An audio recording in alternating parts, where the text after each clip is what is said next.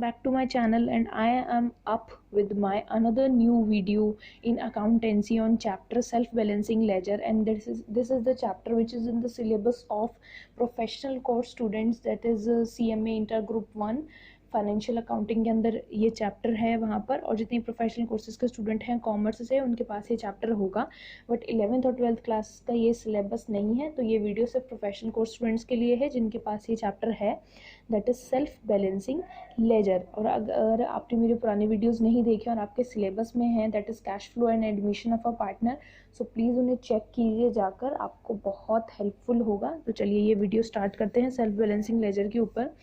तो देखिए, आज हम पढ़ रहे हैं अपना सेल्फ बैलेंसिंग लेजर। तो इसमें ये बहुत छोटा सा चैप्टर है, कुछ भी इतना डिफ़िकल्ट नहीं है। देखिए, जैसे हमारी पूरी अकाउंट्स है वो एक डबल एंट्री सिस्टम पे चलती है, तो ऐसे ही ये चैप्टर है, इसमें कुछ भी इतना स्पेशल नहीं है। ये चैप्टर सिर्फ 3 अकाउंट्स तक ही लिमिटेड है। सेल्फ बैलेंसिंग के अंदर आपको हमेशा याद रखना है कि आपके सिर्फ 3 अकाउंट्स बनते हैं, वो हैं general ledger account, debtor ledger account and creditors ledger account. अब आपको इन लोगों के नाम से ही पता लग रहा होगा, मेनली इनमें जो चीज़ें रिफ्लेक्ट हो रही हैं, जनरल लेजर हो गया मीन्स हमारे जितने भी जनरल अकाउंट्स होते हैं, आपके जितने भी डेटर क्रेडिटर की टर्म्स को छोड़कर जितने भी आपकी टर्म्स हो गई वो सारी जनरल लेजर होती हैं। डेटर्स में हम आपकी क्या रिकॉर्ड करेंगे, जो भी आपकी क्रेडिट सेल होती हैं वही तो आपके डेटर्स होते हैं, तो आपके डेटर लेजर अकाउंट में वही सब आता है। और क्रेडिट लेजर अकाउंट जो होता है आपका, creditor ledger account, creditor ledger adjustment account, yes, आपका ये नाम होता है। तो यहाँ पे आपको पता लग रहा होगा क्रेडिटर से क्या पता लगता है कि हमारी जितनी भी क्रेडिट परचेजेस हैं तो हमको वो पता लगती हैं। अब देखिए, अब आपको ये चीज़ें तो पता लग गई होंगी कि इसमें हमारे कौन से तीन अकाउंट्स होते हैं। एक बार मेरे साथ उन नेम्स को रिपीट कीजिए। First is general ledger account, second is debtor ledger adjustment account and third is creditor ledger adjustment account. जो डेटर होते हैं वो किस लिए होते हैं, क्रेडिट सेल के लिए। क्रेडिटर लेजर किस लिए होता है, क्रेडिट परचेजेस के लिए। और जनरल लेजर सारे ही जनरल टर्म्स के लिए। अगर हम अब एक एग्जाम्पल लेते हैं, दैट इज़ कि हमारी कोई भी बिजनेस में क्रेडिट सेल्स हुई हैं, तो उन क्रेडिट सेल्स की एक एंट्री क्या होगी, मान लीजिए, और उसमें हमारा डेटर है एक्स, तो हमने एक्स को क्रेडिट सेल्स की हैं, तो उसकी एंट्री क्या होगी, X account debit to sales. यहाँ एक्स हमारा क्या है, डेटर। तो देखिए, जनरल लेजर वाली बुक्स में हमारी एंट्री क्या होगी, नॉर्मल एंट्री तो ये होगी X account debit to sales account. लेकिन जनरल लेजर एडजस्टमेंट अकाउंट में क्या एंट्री होगी, जो भी हमारा एक्स डेटर है, एक्स हमारा डेटर है, तो उसको हम क्या लिखेंगे, debtor ledger adjustment account debit to sales account. ये तो चला जाएगा ऐसे। और जब हम डेटर लेजर एडजस्टमेंट में एंट्री करेंगे तो क्या एंट्री करेंगे, वहाँ तो मिस्टर एक्स जो है हमारा, उसको डेबिट कर देंगे, mister X account debit to. अब जो हमारा सेल्स है वो क्या है, कहाँ की टर्म है, जनरल लेजर की, क्योंकि मैंने आपको कहा था ना कि जितने भी आपकी डेटर्स क्रेडिटर्स होंगे उन सबको छोड़ के जितनी भी आपकी जनरल टर्म्स होंगी, यानी कि रियल अकाउंट्स होंगे, कैश हो गया, सेल्स हो गया, परचेजेस हो गया, वो सब आपकी क्या है, जनरल लेजर एडजस्टमेंट अकाउंट है। तो आपकी डेटर लेजर में एंट्री क्या होगी, mister X account debit to general ledger accounts. और वैसे अगर हम बेसिकली बोलें तो अगर मैं आपको एक एंट्री दूँ, debtor account debit to sales account, तो इसका जो है सेल्फ बैलेंसिंग के हिसाब से इसकी एंट्री क्या बननी चाहिए, इसकी एंट्री बनेगी डेटर अकाउंट, ये हमारी नॉर्मल एंट्री है, debtor account debit to sales. लेकिन सेल्फ बैलेंसिंग में इसकी एंट्री हो जाएगी, डेटर को लिख दिया जाएगा debtor ledger adjustment account debit, और सेल्स को लिख दिया जाएगा general ledger adjustment account debit. तो इसकी एंट्री क्या हो जाएगी पूरी, debtor ledger adjustment account debit to general ledger adjustment account. तो ये हो जाएगी आपकी एंट्री। तो यहाँ तक हमने बात की सिर्फ 2 अकाउंट्स की, जनरल लेजर और डेटर लेजर। अब मैं आपको एक और एग्जांपल देती हूँ कि हमारी कोई भी क्रेडिट परचेजेस हुई हैं, तो क्रेडिट परचेजेस की एंट्री क्या होंगी, purchases account debit to creditor, ये होगी हमारी नॉर्मल एंट्री। लेकिन सेल्फ बैलेंसिंग वाली एंट्री क्या होगी, जो परचेजेस अकाउंट है वो तो हमारा रियल अकाउंट है, यानी कि वो कहाँ जाएगा, जनरल लेजर एडजस्टमेंट अकाउंट में। और जो परचेजेस अकाउंट का तो हो गया, चलो, टू क्रेडिटर जो आ रहा है वो जाएगा क्रेडिट लेजर एडजस्टमेंट अकाउंट में। तो इसकी सेल्फ बैलेंसिंग एंट्री हो जाएगी general ledger adjustment account debit to creditor ledger adjustment account. तो ऐसे ही आपकी सारी सेल्फ बैलेंसिंग में एंट्रीज बनेंगी। अगर आप उनको ऐसे कन्वर्ट कर लेंगे पहले, तो आपको पूरा आपके जितने भी लेजर अकाउंट्स आपको बनाने होते हैं वो सब बनाने में बहुत हेल्पफुल रहेगा। और देखिए क्या होता है कि जैसे हमें बुक्स के अंदर अकाउंट्स प्रिपेयर करने होते हैं, तो हम जनरल लेजर के अंदर मेनली हमारे 2 अकाउंट्स बनते हैं, दैट इज़ बचे हुए 2। तो in the books of general ledger हम कौन से अकाउंट्स को प्रिपेयर करते हैं, डेटर लेजर एडजस्टमेंट अकाउंट या फिर क्रेडिटर लेजर एडजस्टमेंट अकाउंट। और ऐसे ही जो डेटर लेजर एडजस्टमेंट अकाउंट होते हैं उसके अंदर 2 अकाउंट्स बनते हैं, एक तो जनरल लेजर एडजस्टमेंट अकाउंट होता ही है और एक अपने इंडिविजुअल डेटर का अकाउंट। और ऐसे ही क्रेडिट लेजर एडजस्टमेंट अकाउंट के अंदर 2 अकाउंट्स बनते हैं, पहला जनरल लेजर एडजस्टमेंट अकाउंट और दूसरा इंडिविजुअल क्रेडिटर का अकाउंट। तो मैंने आपको इसमें यहाँ तक क्या बता दिया कि आपका सेल्फ बैलेंसिंग लेजर हम किस तरह से करते हैं, कौन से 3 अकाउंट से वो लिमिटेड है, उन 3 अकाउंट्स की एंट्री कैसे होती है, फिर जो वो हमारी बुक्स हैं उनके अंदर कौन से 2 अकाउंट बनते हैं। तो एक बार मेरे साथ वो चीज़ आप रिपीट करना कि जनरल लेजर की जो बुक्स होती हैं उनमें कौन से 2 अकाउंट बनते हैं, डेटर लेजर एडजस्टमेंट अकाउंट और क्रेडिटर लेजर एडजस्टमेंट अकाउंट। और जो डेटर लेजर एडजस्टमेंट की बुक्स होती हैं वहाँ कौन से 2 अकाउंट्स बनते हैं, जनरल लेजर एडजस्टमेंट अकाउंट और इंडिविजुअल डेटर का अकाउंट। और क्रेडिटर लेजर की बुक्स में कौन से 2 अकाउंट बनते हैं, एक इंडिविजुअल क्रेडिटर का अकाउंट और एक जनरल लेजर एडजस्टमेंट अकाउंट। तो ये आपके सारे 2 अकाउंट्स बनते हैं। अब हम एक बार ये डिस्कस करेंगे कि हम इनके क्वेश्चंस कैसे करें। मान लीजिए आपको ना कई बार दिया होता है क्वेश्चन में कि आपको डेटर लेजर एडजस्टमेंट अकाउंट बनाना है in the books of general ledger. तो आप कैसे बनाते हैं, वहाँ पे फिर आपको सारी एंट्रीज पास करनी होती हैं। तो जब जब आप क्वेश्चन करेंगे तो वहाँ आप अकाउंट के ऊपर लिखेंगे in general ledger debtor ledger adjustment account. तो मीन्स अब आपको सारी एंट्री किसके अकॉर्डिंग करनी है, डेटर लेजर एडजस्टमेंट अकाउंट के अंदर करनी है। तो आप सारी एंट्री डेटर लेजर के अंदर या तो इंडिविजुअल डेटर्स की पास करेंगे या फिर किसकी पास करेंगे, जनरल लेजर एडजस्टमेंट अकाउंट की। क्योंकि मैंने आपको बताया था ना कि डेटर लेजर एडजस्टमेंट अकाउंट के अंदर कौन से 2 अकाउंट बनते हैं, जनरल लेजर अकाउंट या फिर इंडिविजुअल डेटर का अकाउंट। तो यहाँ पे जब आप ये लिखेंगे कि in general account debtor ledger adjustment account, हम फिर वो अकाउंट्स बनाना स्टार्ट करेंगे। तो या तो आप 2 जनरल लेजर की एंट्री पास करेंगे या बाय जनरल लेजर की, या फिर अपने जो भी आपके इंडिविजुअल डेटर होंगे उनकी एंट्रीज आप पास करेंगे। तो ऐसे ही आपको सारे क्वेश्चन करने होते हैं।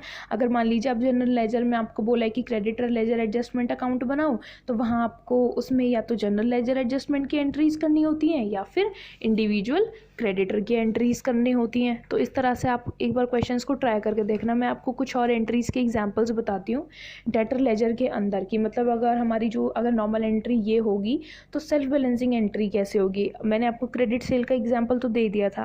अब है कि मान लीजिए आपको कोई कैश रिसीव हुआ है कस्टमर से, तो आपका ये जो नॉर्मल एंट्री होगी वो क्या हो जाएगी, cash account debit to individual customer account. तो इसकी सेल्फ बैलेंसिंग एंट्री क्या होगी, जो कैश अकाउंट है वो तो हमारा जनरल अकाउंट है, रियल अकाउंट है, तो उसका क्या हो जाएगा, general ledger adjustment account debit. और जो इंडिविजुअल कस्टमर है वो तो हमारा डेटर है, तो उसकी जगह क्या हो जाएगा, डेटर लेजर एडजस्टमेंट अकाउंट। तो cash account to individual customer account जो हमारी यूजुअल एंट्री है उसकी सेल्फ बैलेंसिंग एंट्री क्या बनेगी, general ledger adjustment account debit to debtor ledger adjustment account. एक ये चीज़ हुई। और अगर मान लीजिए हम एक और एग्जांपल लें, मैं आपको बोलूँ कि हमने अपने कस्टमर को डिस्काउंट अलाउ किया है, तो इसकी नॉर्मल एंट्री आप क्या बनाएंगे, discount allowed account debit to individual customer account. तो इसके लिए आपकी सेल्फ बैलेंसिंग एंट्री क्या होगी, इसके लिए आपकी सेल्फ बैलेंसिंग एंट्री होगी डिस्काउंट अलाउड जो है वो हमारी रियल टर्म है, क्योंकि हम जनरल के जो हमारी जनरल लेजर होता है उसके अंदर हम अपनी रियल नॉमिनल यही तो टर्म्स सारी लिखते हैं। तो डिस्काउंट अलाउड अकाउंट किस में चला जाएगा, ये चला जाएगा आपका जनरल लेजर एडजस्टमेंट अकाउंट में। तो that is general ledger adjustment account debit to, वही इंडिविजुअल कस्टमर है तो वो हमारा डेटर है, to debtor ledger adjustment account. ये चीज़ हो गई। और जब आप मान लीजिए आप इस एंट्री है, अब आप ये अकाउंट्स में पास करेंगे तो डेटर लेजर एडजस्टमेंट में आप बाय जनरल लेजर लिख देंगे और जनरल लेजर में आप टू डेटर लेजर लिख देंगे। तो व्हाट्स द प्रॉब्लम।